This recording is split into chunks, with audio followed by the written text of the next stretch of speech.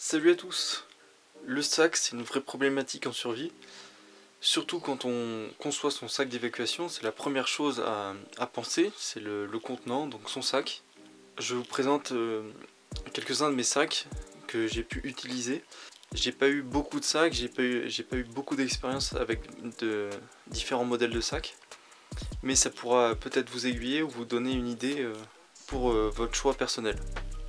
Le tout premier sac que vous avez pu voir même sur ma chaîne, le tout premier sac que j'ai utilisé pour faire un sac de survie, c'est celui-ci.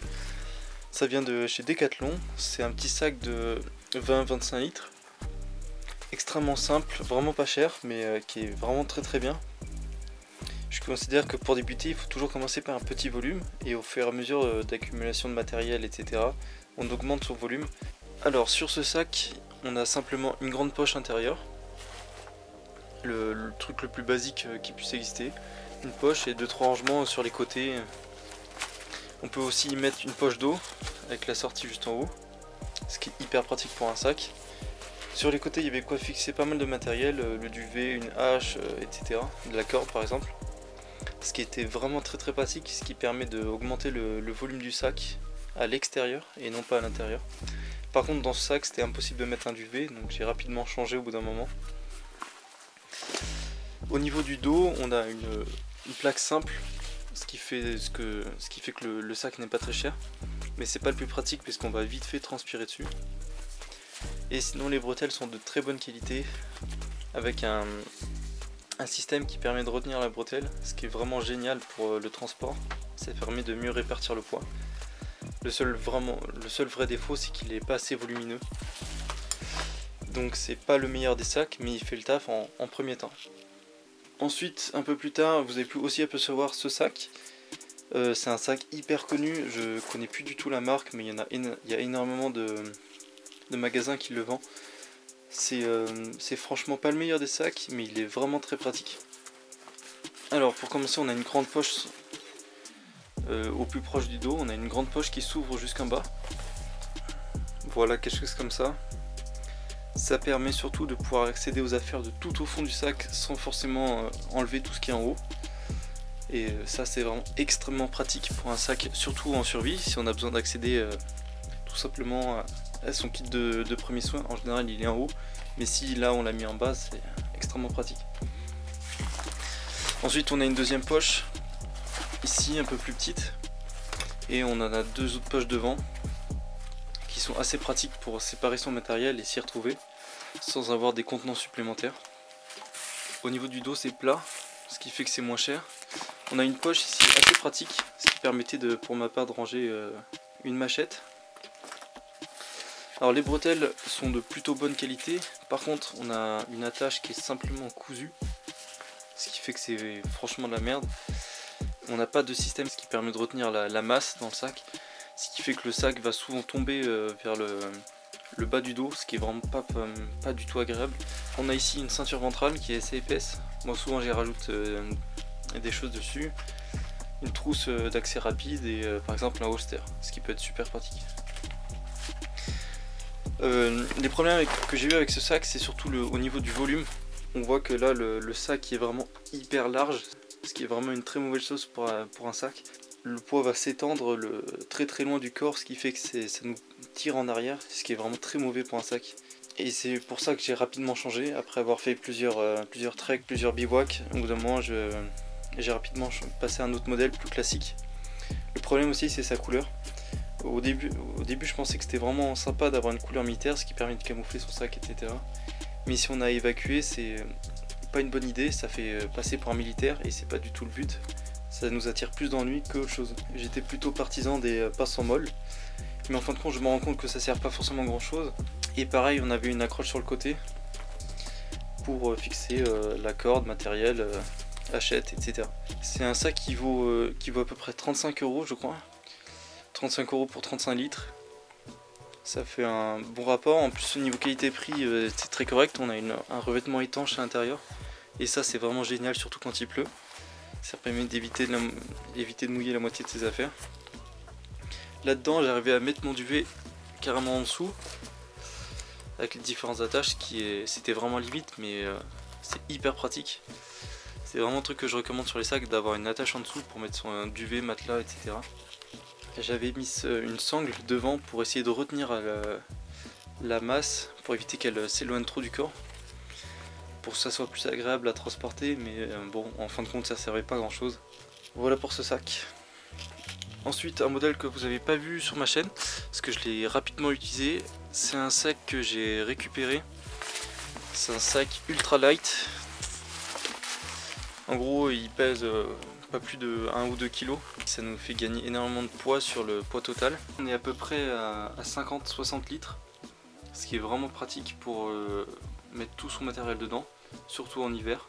Pour ce sac, on a une seule poche, une grande poche uniquement accessible par le haut, ce qui en survie est extrêmement peu pratique, mais au moins c'est fonctionnel.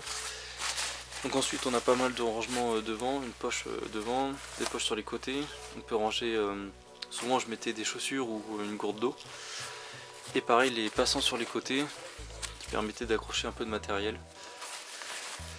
Tout ça classique. En dessous on n'avait pas de poche pour rajouter les duvets, donc on le mettait dedans. Pour ce sac c'est assez pratique parce qu'on a la place pour. Mais c'est pas le cas à chaque fois. Alors, on a une poche en haut qui se referme, qui se reclipe par dessus. Alors au niveau du dos, là on a un système qui permet l'aération du dos. C'est vraiment super génial, au moins on évite de transpirer surtout l'été. Une ceinture ventrale qui est bien épaisse, qui est super. Mais bon, on peut pas attacher beaucoup de matériel parce qu'elle fait tout juste le tour et elle est toute fine. C'est un peu le principe du ultralight. Et le gros problème de ce sac, c'est les bretelles. Elles sont de très bonne qualité, mais elles sont hyper fines, ce qui fait que ça cisaille complètement les épaules. Surtout quand on met 15 ou 20 kg dedans. C'est vraiment pas pratique. Par contre, il est de très bonne qualité, mais il est vraiment pas adapté pour la survie. Donc voilà, les défauts de son sac, c'est vraiment les bretelles et la couleur rouge, ce qui est vraiment pas pratique pour la survie. Le but c'est pas de se faire trop voir non plus.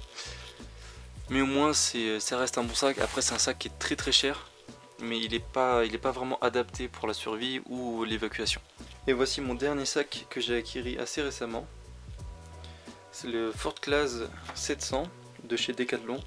Juste avant j'ai eu le 900 qui est plus grand, plus volumineux, que j'ai un peu testé mais qui n'était pas suffisamment optimisé pour moi, il y avait trop de volume. Alors celui-ci on est sur du 60 litres plus 10. En gros on peut augmenter le volume du sac en ouvrant ici. On a un petit zip qui descend jusqu'en bas, ce qui permet d'augmenter le volume du sac de 10 litres. Pour ma part je m'en sers pas, mais ça peut être très pratique, par exemple en hiver quand on a plus de matériel. Au niveau de son sac, alors on a une grande poche centrale,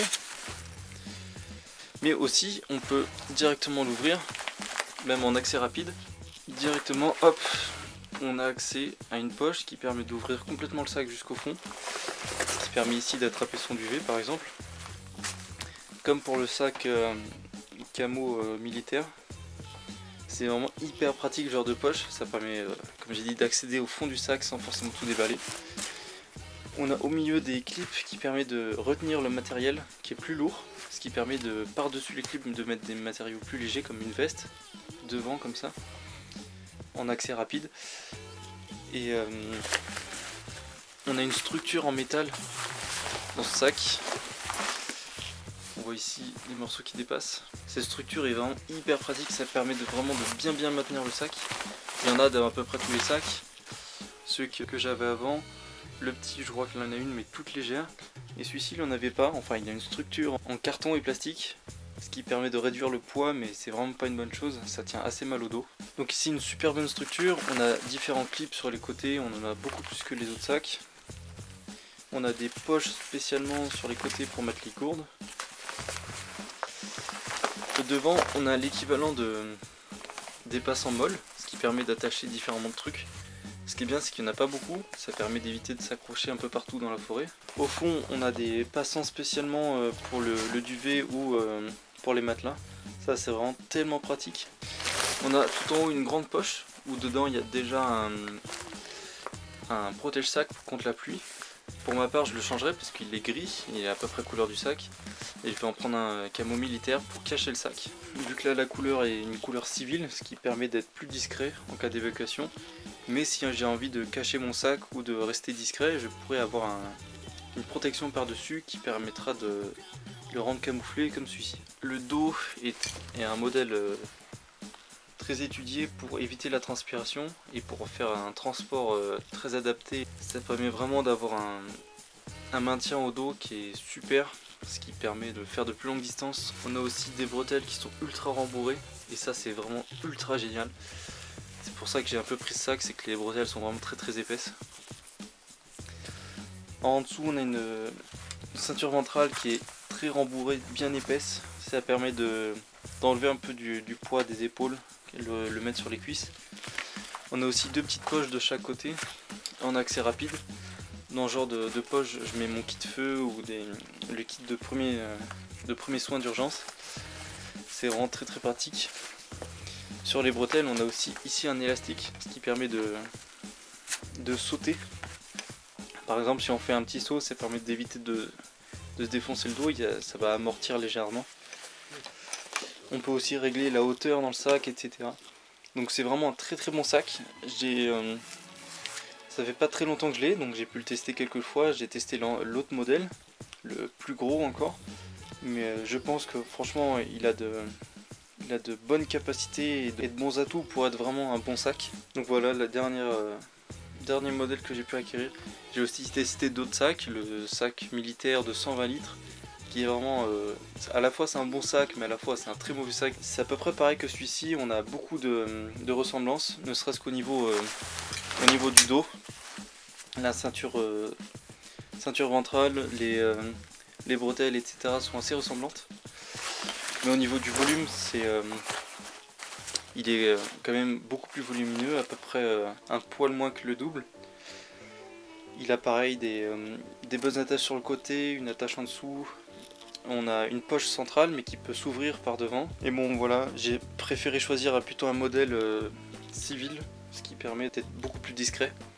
Mais bon, à ce niveau-là, chacun son choix. Moi je préfère prendre la sécurité et éviter les ennuis si j'ai à rencontrer du monde. Et avoir la possibilité de rajouter un camouflage par-dessus si j'ai besoin d'être plus discret. Donc voici une petite vidéo de mes sacs. J'espère que cette vidéo aura pu vous inspirer sur votre choix à vous, personnel. Le sac parfait n'existe pas, donc chaque personne a un choix différent du sac. J'espère avoir été assez complet dans cette présentation. Je vous dis à la prochaine et survivez!